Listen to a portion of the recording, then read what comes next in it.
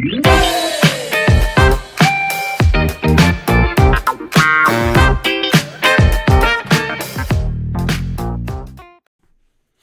poppin', guys? Welcome back. I wanted to give you guys another really fun rogue deck to play. It's one of my favorite coin flipping, adrenaline rushing decks that I have pretty much played to date, honestly. I've been really enjoying this deck. I was super hyped for Galarian Corsola, and I'm really happy to enjoy playing the deck, because I honestly didn't know if it was going to work or not with Boss's Order coming out.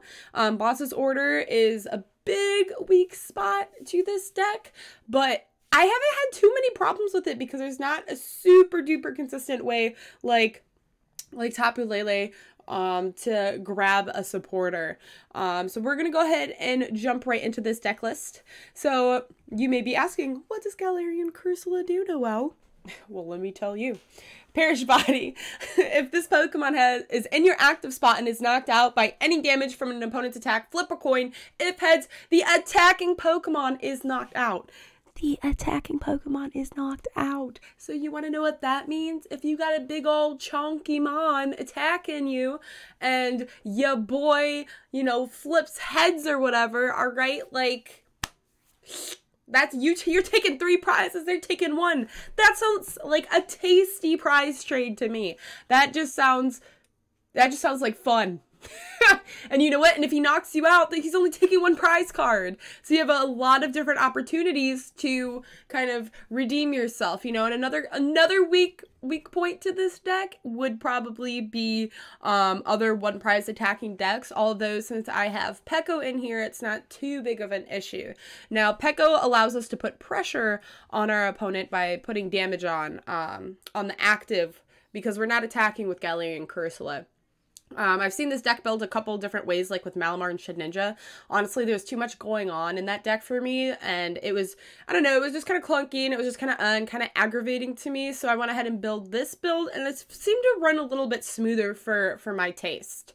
So Morpeko does 150 for 2 electric and 1 colorless, and then you switch it, and you discard an energy, and then you switch it onto your bench, and that's where we're going to go ahead and put up Galarian Cursola. Some other support mons in here, because we gotta go fast. We have Tapu Koko for Dance of the Ancients. I'm sure anybody that has played Pikarom or played Pokemon probably already knows what this card does. Dance of the Ancients. Once during your turn before you attack, if this Pokemon is on your bench, you may choose 2 of your benched Pokemon and attach an electric energy card from your discard to each of them. If you do, discard all cards attached from this Pokemon and put it into your Lost Zone. So this allows us to get Morpeko up and going ASAP. Another support mon we have is Mew. Mew is super important because, especially going up against Pikarom, they can do bench damage. You know, like there's some things that we can't really avoid, like Dragapult that places damage counters, but anything that goes for our bench, you know, we can keep it safe with Mew the best we can. But specifically in here for Pikarom, because it's hitting 170, that's knocking out our Morpeko, which is at 170, as well as our Oricorio that's at 170. Oricorio is in here for draw power. So when anything is ever knocked out, you get to draw 3 cards, and you can only use this ability once per turn. I also want to point out that there is no Jirachis or Dedennis in this deck, so it is very budget friendly as well. Now going on to kind of just setting up in general, right? So you obviously want to go first with this deck, and you want to do your best to get all your basic mons down and going, right? 9 times out of 10, we're not going to be playing this. Let me just jump back to this real quick. We're not going to be playing this. This is just to put pressure on our opponent, or if we need to guarantee a knockout or soak up some damage since it's at 300. This has saved my butt big time before, but other than that, we're not always going to play that, so just keep that in mind. Going back to setting up, we want to put as many basics as we can as possible on the bench. Your ideal bench would probably be 2 Galarian Cursolas of a Morpeko, and then get a doll down and have whatever inactive. And obviously, depending on like what is going on, you know, you probably want a Mew on there or a Koko on there, or Oricorio, you can wait a little bit till you put that down on the board. But since we're evolving our Galarian Cursolas, and we have the potential to get Morpeko up and going on turn 2, we have dolls in here. So Lillie's Poké doll helps us set up without really getting, you know, anything any prize taken, and anybody that has watched me on Twitch knows how much I don't like this card. So I don't want anybody in the comments being like, Noelle, why is Noelle playing dolls? I thought you... Okay, listen, we all know, for the most part, that I don't like this card, but I really like this deck, so I've come to reason with playing dolls in here. So we play 4 dolls for that setup. To help us to fish out some basic Pokemon, we have Mysterious Treasures and Quick Ball. Mysterious Treasure can also grab Galarian Corsola, but we also have Evolution Incense in here as well to help us get that going. Moving on to kind of like some more support. If we ever need to hit higher than 150 or higher than 180, we have Electropowers to help us boost up that damage with our Morpekos. For free retreat, if we ever start in something that we don't want to start with, we have Air Balloon. Adventure Bag helps us kind of thin our deck and grab those for us to slap those on the board and get that over with. So I'm going to go ahead and point this out real quick. We have like Reset Stamp in here, just, you know, I kind of jumble up their hand a little bit. You know, it's like a good disruption, especially if they have a bunch of cards, you know, what they have in their hand or whatever. It's a good way to like kind of set them back a little bit. But I have, let's see, I have Air Balloon, I have Thunder Mountain, and I have Recycle Energy. So I had to put Guzma Hala in here. I love this card a lot. I enjoy Guzma Hala a lot since I can grab pretty much everything I need for it. Our Recycle Energy is in there for more Pekos. So whenever we discard that energy to attack, it goes right back to our hand and we can attach it next turn. So this is extremely helpful. As well as it grabs our Thunder Mountain for trying to get like the attack off as soon as possible for Morpeko as well to kind of start spreading some damage around. So for our draw, we have Marnie and Professor's Research, and then that leaves us with Volkner. Now, Volkner just kind of helps us grab the pieces, whether it's like a doll or electric power, or if it's Quick Ball or Energy Evolution Incense, and it also allows us to grab an energy, which is super cool.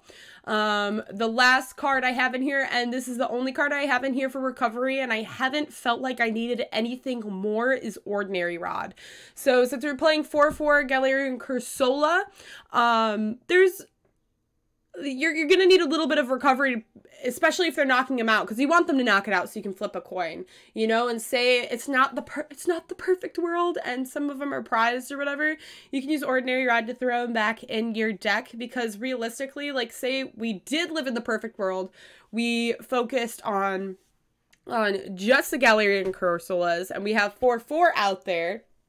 They're knocking out and taking only 4 prizes if they knock all of them out, right?